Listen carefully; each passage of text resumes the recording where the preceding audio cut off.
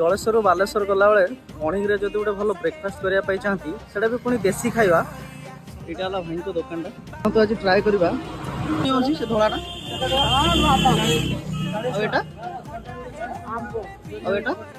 बिलाती से ग्रीन बाटी बस बैगण चटनी अच्छी बादाम चटनी अच्छी पुदीना चटनी बिलाती चटनी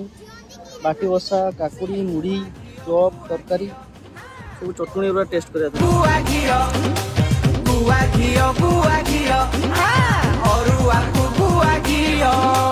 दुकान भाई तुम केते वर्ष पुरना मोर एटी हैदराबाद 15 वर्ष हैदराबाद नेक्स्ट 2017 रु जलेश्वर आसिले एपटे हम बालेश्वर